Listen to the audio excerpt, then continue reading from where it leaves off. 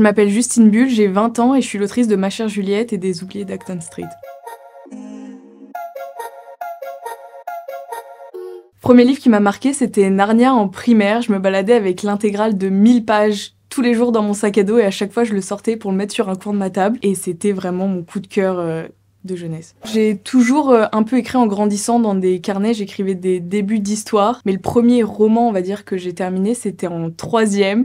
C'était un roman un peu fantastique sur une jeune collégienne qui découvrait qu'elle était à moitié ange déchu, il y avait toute une mythologie comme ça. N'allez pas le lire s'il vous plaît. Pour écrire, je suis très clavier, parce qu'en fait, avant de commencer à écrire, j'ai souvent des passages qui sont déjà écrits sur d'autres documents, donc il faut que je puisse copier-coller les informations, puis les remettre dans l'ordre, les bouger. Donc c'est pour ça très clavier. Mais par contre, quand je suis bloquée, là, je prends un crayon et un papier et je reprends mon chapitre, et après, je remets tout sur l'ordinateur. Donc un peu des deux. J'écris tout le temps.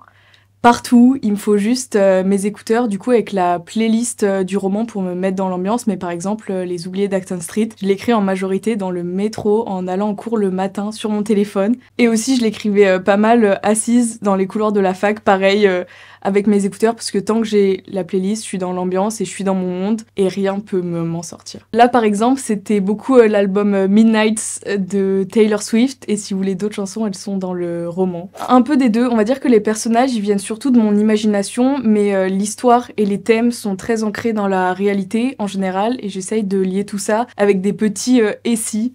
Par exemple, là, pour Les Oubliés, et si ce jeune peintre que j'ai envie d'écrire était tellement perdu dans son art et sa passion qu'il en oubliait tout le reste. Les Oubliés d'Acton Street, c'est sur une jeune fille un peu perdue qui recommence sa première année universitaire à Londres en emménageant en colocation avec 3 parfaits inconnus qui vont vite devenir sa nouvelle famille. Ce livre, je voulais vraiment l'écrire comme une safe place pour les jeunes adultes, pour leur rappeler qu'on peut être perdu à 20 ans, que l'amour c'est pas toujours facile, et qu'en étant bien entouré, on peut être très heureux. Écrire pour rêver un peu, je pense, parce que pour moi, la lecture, ça a toujours été un échappatoire, donc l'écriture, ça l'est aussi, et j'ai vraiment envie de faire rêver mes lecteurs, de leur permettre de s'échapper. Puis moi, j'aime beaucoup relire les livres, donc j'ai aussi envie qu'ils puissent relire ces romans et retrouver un confort et savoir que peu importe ce qui leur arrive, peu importe leurs problèmes, ils pourront toujours se réfugier dans ces romans.